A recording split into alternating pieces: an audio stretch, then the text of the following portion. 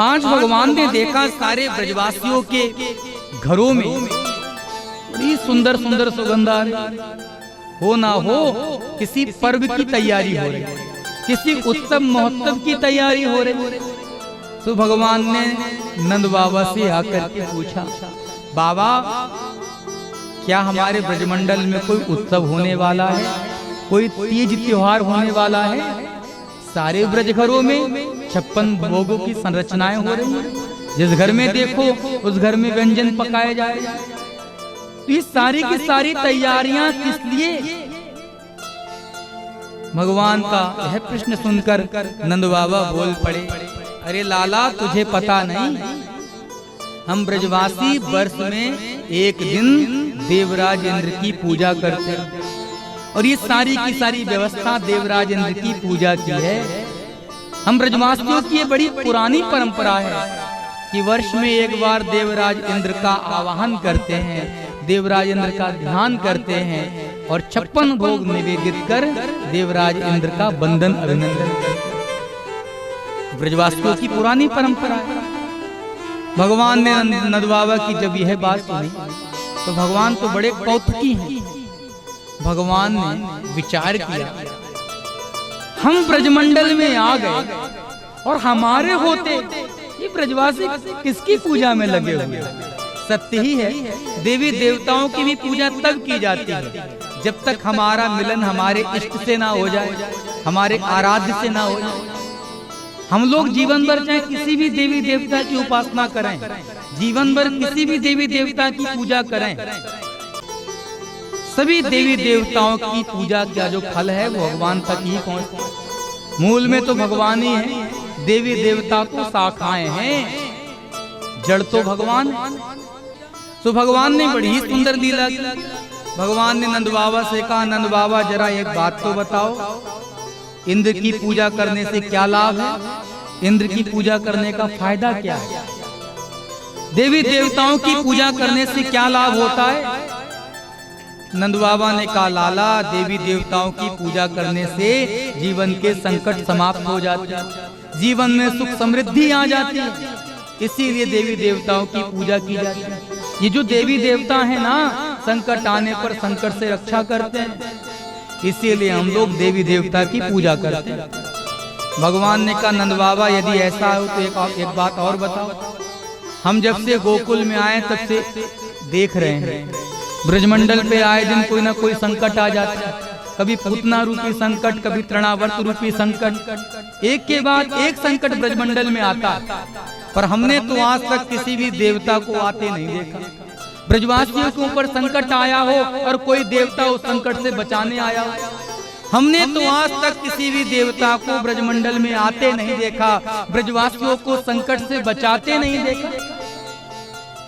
एक वो सब हैं जो ब्रजवासियों की खबर तक नहीं लेते, और एक आप सब हो जो इतनी तगड़ी तैयारी करते हो ऐसे देवी देवताओं की पूजा करते।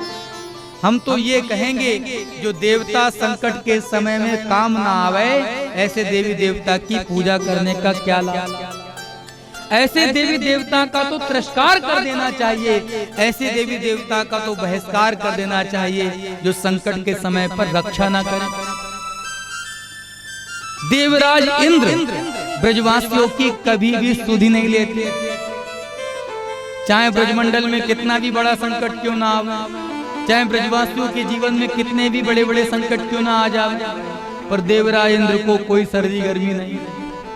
वो तो कभी ब्रजवासियों की रक्षा भी नहीं करने आते, और आप सब देवराज इंद्र की पूजा में लगे। हमारी मानो तो देवराज इंद्र की पूजा को दो विराम।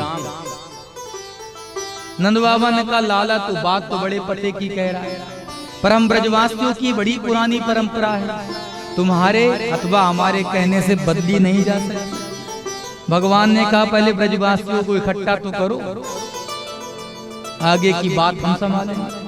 तो भगवान ने सारे ब्रजवासियों को समझाया है कि जो देवता संकट के समय में काम ना आवे, ऐसे देवता की पूजा करने का कोई लाभ नहीं, इसलिए इंद्र की पूजा को विराम। ब्रजवासियों ने कहा, सरकार सो तो सब सही है, आप कहते हो तो इस वर्ष हम इंद्र की पूजा नहीं करेंगे, पर जरा एक बात तो बताओ, यदि इंद्र की पूजा नहीं करेंगे तो फिर किसकी पूजा करेंगे? भगवान ने कहा तो ये समस्या कोई समस्या है? ब्रजमंडल में एक देवता ऐसा है जो न जाने कब से प्रतीक्षा कर रहा है कि ब्रजवासी हमारी पूजा करेंगे, ब्रजवासी हमारी उपासना करेंगे। ऐसा कहकर भगवान सारे ब्रजवासियों को गिरिराज गोवर्धन की तलहटी मिली और भगवान ने गिरिराज गोवर्धन के दर्शन कराते हुए कहा, कन्हैया। कन्हैया ने ब्रजवासियों से कहा, ब्रजवासियों ये गोवर्धन महाराज हैं और यही ब्रजवासियों के सच्चे पक्के देवता। पूजा करना है तो गिरिराज गोवर्धन की करो, क्योंकि गिरिराज गोवर्धन की कृपा से ही ब्रजवासियों का जीवन है। गोवर्धन किसे कहते हैं? गोवंश का संवर्धन हो जिसके द्वारा उसे गोवर्धन कहते हैं। अच्छा, ग्वाल वालों के जीवन का सबसे बड़ा धन क्या है? गौ माता ही, गोधन ही ग्वाल वालों के जीवन का सबसे बड़ा धन है। यदि ग्वाल वालों के जीवन से गोधन निकाल दिया जाए तो ग्वाल वालों का जीवन असुरक्षित हो जाए। तो ग्वाल वालों का जीवन धन है गोधन, और गोवंश का संवर्धन होता है गोवर्धन महाराज की कृपा से। तो जिसकी कृपा से गोवंश का संवाहन होता है, जिसकी कृपा से ग्वाल वालों के वंश का संवर्धन होता है, ऐसे गोवर्धन की पूजा करना ही हमारा परम धर्म है। आज भगवान ने सभी ब्रजवासियों को बड़ी ही सुंदर शिक्षा दी और सारे ब्रजवासी गिरिराज गोवर्धन की पूजा के लिए तत्पर हुए। श्री सुखदेव स्वामी कहते हैं, राजन, आज भगवान ने ब्रजवासियों के द्वारा गिरिराज गोवर्धन की पूजा करवाई। गिरिराज गोवर्धन गोविंद से अलग थोड़ी हैं। गोवर्धन भी गोविंद का ही एक प्रतिरूप है। पुजवाने वाले भी भगवान हैं और गोवर्धन के रूप में जिनका पूजन हो रहा है वो भी भगवान ही है। अच्छा, ये गिरिराज गोवर्धन है कौन? इनके विषय में भी चर्चा मिलती है। रामा अवतार में जब भगवान शंकर की आराधना के लिए संलग्न हुए तो भगवान ने हनुमान जी महाराज से कहा, हनुमान जी, हमें समुद्र के तट पर शिवलिंग की स्थापना करनी, तो जाइए किसी विशाल पाषाण खंड को लेकर आइए और समुद्र के तट पर किसी पाषाण को ही शिवलिंग के रूप में प्रतिष्ठित करेंगे। तो हनुमान जी महाराज चले गए। हनुमान जी महाराज जैसे तैसे गिरिराज गोवर्धन को मनाते हुए लाए कि भगवान के द्वारा पूजे जाओगे तो संपूर्ण संसार तुम्हारी पूजा करेगा। इसी प्रलोभन में गिरिराज गोवर्धन हनुमान जी के साथ आए और जब हनुमान जी गिरिराज गोवर्धन को लेकर आए तो क्या देखते हैं? भगवान श्री राम ने तो लिंग थापि विधिवत कर बालू की ही शिवलिंग बना करके रामेश्वर भगवान की स्थापना कर। हनुमान जी ने कहा, सरकार, यदि आपको ऐसा ही करना था तो फिर हमें भेजा क्यों था? जैसे तैसे प्रलोभन देकर अपनी संपूर्ण बुद्धिमत्ता का प्रयोग कर इन्हें वहां से यहाँ लाए और आपने तो उनकी सेवा ही समाप्त कर दी। भगवान कहते, हनुमान जी, आप घबराते क्यों हो? जिसके ऊपर मेरे भक्त की कृपा होती है उसके ऊपर एक न एक दिन मेरी भी कृपा हो जाती है। इस अवतार में ना सही, पर अगले अवतार में जब हम श्रीधाम वृंदावन में प्रकट होंगे तो गिरिराज गोवर्धन की उपासना, उनकी पूजा हम स्वयं ही करवाएं। सो भगवान ने आज उस अवतार के उस वचन को आज निभाया है। श्री सुखदेव स्वामी कहते हैं, सारे ब्रजवासियों ने गिरिराज गोवर्धन की उपासना की है, उनका पूजन किया है। पूजन करने के उपरांत जब ब्रजवासियों ने गिरिराज गोवर्धन की छैल छबीली छटा का दर्शन किया तो सारे ब्रजवासियों को गिरिराज गोवर्धन में ही कन्हैया के दर्शन होने लगे। अब तो ग्वालवाल भी चक्कर में पड़ गए कि गोविंद यहाँ है या वहां है, क्योंकि गोवर्धन भी गोविंद का ही रूप है। तो गोवर्धन में भी गोविंद के दर्शन होने लगे सारे ब्रजवासियों को। ग्वाल वालों का कन्हैया समझ में नहीं आ रहा है कि इधर पूजें कि उधर पूजें। इधर भी तू और उधर भी तू। भगवान ने मुस्कुराते हुए कहा, अरे अरे नहीं नहीं, ऐसा है तुम सभी ग्वाल वालों का हमारे प्रति बड़ा प्रेम है, बड़ा अनुराग है, इसलिए जिधर देखते हो उधर हम ही दिखाई देते। ये तो हमारे तुम्हारे हम सबके देवता हैं। आज भगवान ने गिरिराज गोवर्धन की उपासना करवाई। सभी ग्वाल वालों ने बड़े भाव से 7 कोस के गोवर्धन की उपासना की है, पूजन किया। इधर देवराज इंद्र को ज्ञात हुआ कि ब्रजवासियों ने तो देवता ही बदल दिया। इंद्र को बड़ा रोष आया, इंद्र को बड़ा कोप आया।